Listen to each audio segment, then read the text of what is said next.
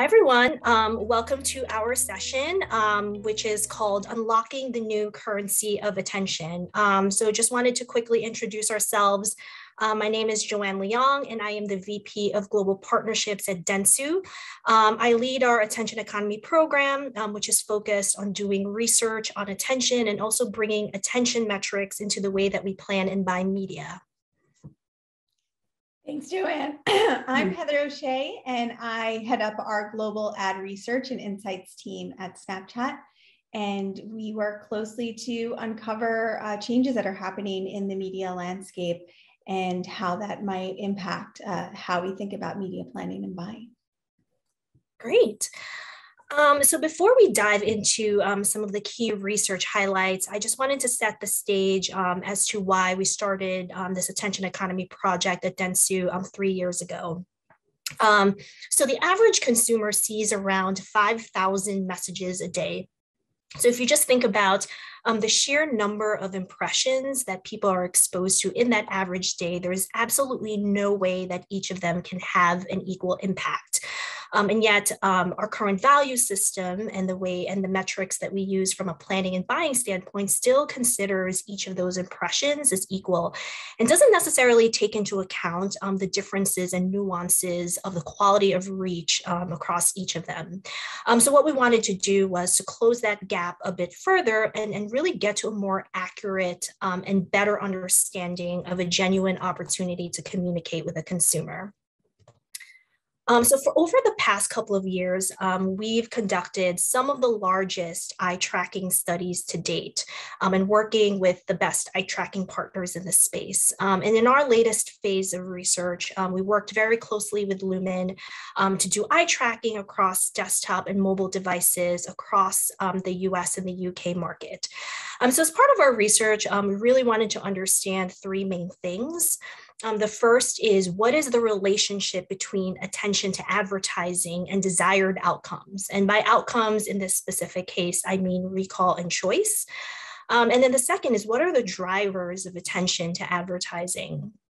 And then the third, and this is the stuff that gets me really excited, is like, what are the implications for advertisers? How can we start to apply these insights from a planning and buying perspective? So a bit on our methodology in working with Lumen. As mentioned, we did this in the UK and the US and built panels in each. And there were really two major components of our research. One is there is the structured ad piece. So that is where we did forced exposure of pre-selected ads. And so that was really more to understand the impact of certain features of the ad, such as the category and length as it related to outcomes. And the largest and kind of main bit is this, what we're calling the unstructured in the wild piece. So it's really massive data collection at scale to understand natural attention behaviors across platforms and formats so that we could start to develop attention benchmarks and norms that we can apply from a planning and buying perspective. So one of the biggest headlines that we saw from our research is that human attention is not the same as viewability.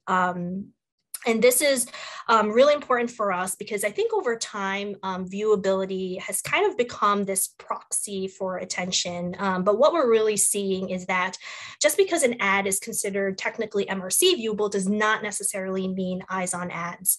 So what you're seeing here is a variety of display and video formats. And you can see that in most cases, there's a bit of a drop off between the percent of those impressions that are deemed viewable versus the percent of those impressions that actually get some level of eye gaze. And Lumen's minimum qualifier for percent viewed is if an ad got some level of eye gaze for at least 0.1 seconds. What's also really interesting is that on the flip side, for certain formats, especially those within social or mobile, more of those impressions tend to get viewed or noticed than they are considered viewable. So again, just kind of highlights that, you know, viewability isn't necessarily a true indicator of attention. It can be quite arbitrary, and that we need to move beyond that to kind of get to a better and more accurate representation of those natural attention behaviors.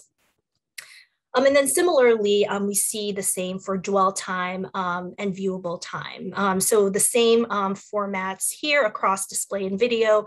You can see that the average number of seconds for viewable time are much higher than the average number of seconds that someone actually looks at those ads. So again, viewable time isn't necessarily a true indicator of the attention that these ads are getting.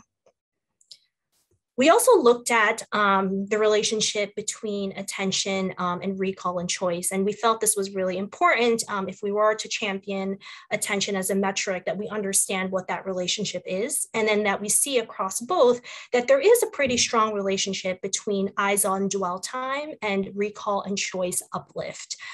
Because it is a curve, obviously there is a point of diminishing returns that we start to see after around 15 or so seconds. But interestingly, we also see pretty good uplifts across both, even at those low levels of attention, and sometimes even under a second. So I think what these couple of charts really reflect is that we need to move beyond a lot of these device-specific metrics and get to a better understanding of attention, because attention gets us to that much more effective exposure.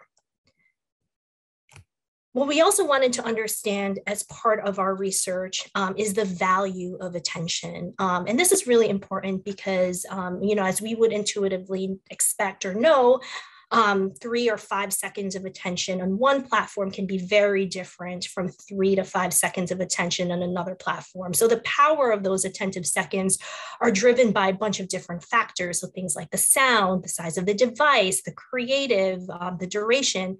So we wanted to really understand what those drivers are. And on this chart, you could see is the impact of a few different variables on an average 3 seconds of attention on recall. And what we're seeing is that creative is really the main driver of the impact to attention, to outcomes across all of these different variables. The difference between really strong creative and really poor creative can stretch your recall uplift by 17%. And that's followed by volition. So that's whether the view is a voluntary view or a forced view. So that can differ by 8%. And then we could also look at, whether sound was on and off, the duration of the ad, and then the audience. So whether they were in market or not in market. So again, all of these things impact the power of each second of attention and how they can drive that outcome. And to kind of further provide proof to that point, interestingly, we also see shorter video ads can be more attentionally efficient in delivering outcomes versus some of the longer ads. And I think it makes sense, right? If you see 5 seconds of a 10-second ad, you probably saw most of what you were meant to see in terms of, what the brand wanted to land in terms of messaging, branding, all of that.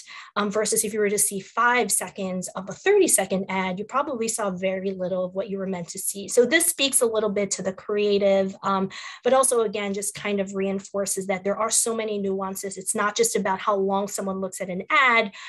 There's multiple things that contribute to the value of the attention. And any model that we need to build needs to take that into account. So how does this all come together? I really like this funnel because it showcases how all of the data and all of the metrics that we've gathered from our research can be used from a planning standpoint. So as you can see here, it starts with percent of ads that are viewable and the viewable time. So kind of those device specific metrics that we have readily available and that many brands are currently already tracking. What we now have from our database are essentially norms across everything below that. So what level of attention you can expect from ads, how long on average is someone looking at those ads, and then also each of those formats' ability to drive an uplift in recall and brand choice. So combining all of these things together, along with the cost of each of those formats, we can start to develop a CPM for an effective attentive second. And then using that, we can ascribe a value to different formats based off of attention and start to compare them and optimize our plans towards those areas that drive higher levels of attention and drive more valuable levels of attention. Those are just a couple of highlights from our research. There's definitely a lot more, but those are the key takeaways. One of the interesting things that we're doing from an attention economy perspective is working with media owners to understand attention behaviors on their platform and then determining how to drive best practices to really maximize that attention. So I'm going to hand it over to Heather to talk about what that looks like from a Snap perspective. Yeah. So to further contextualize these groundbreaking insights that Joanne just shared, I wanted to talk through a specific mobile platform where video is full screen and vertically oriented, and that's Snapchat. So for our participation in the attention economy, we tested Snapchat commercials, which are a non-skippable 6-second ad format that appears as mid-roll during Snap Premium programming. We were excited to evaluate this format using the attention economy framework, given Snapchat commercials has the key ingredients for effective attention, or so we believe. It's highly audible with sound on as the default. The non-skippable format ensures most of the ad is played. And not only is it 100% in view, it's full coverage on the screen itself, which we learned, as was previously presented, is a key factor in driving attention. And you can quickly see how Snapchat commercials compared to the 5 other digital platforms that were tested on these same dimensions. And these dimensions or ingredients proved to be effective. We saw phenomenal outcomes with regards to how much more Snapchat commercials were viewed, including over 5 times more attentive seconds per 1,000, a metric which is used in Dentsu's recall model.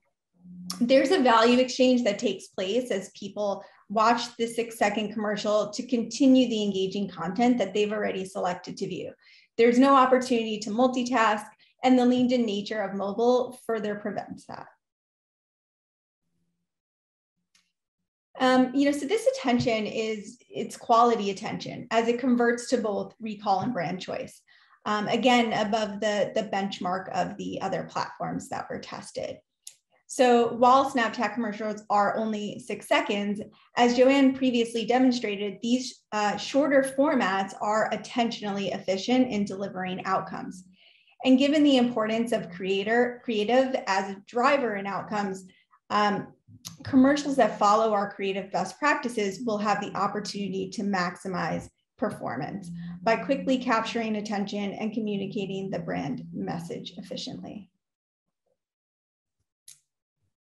And speaking of our creative best practices, it's important to emphasize the opportunity for sound on Snapchat. As a part of our participation in this phase of attention economy, we partnered with Lumen to conduct A/B tests across several Dentsu brands that advertise on Snapchat. And we actually did see a meaningful difference in how when Snapchat commercials were viewed with the sound on, they were more likely to be remembered, and we saw a greater recall here. And interestingly, across all the platforms tested, Lumen found that purposeful sound played an even greater role. So for example, ads with voiceovers that mentioned the brand saw clear uplifts in recall when the sound was on, but in contrast, those that use music alone and that music itself wasn't a brand asset did not see any improvement in recall when the sound was on. So thank you for attending our session. We really look forward to the Q&A session that we'll have in a little bit.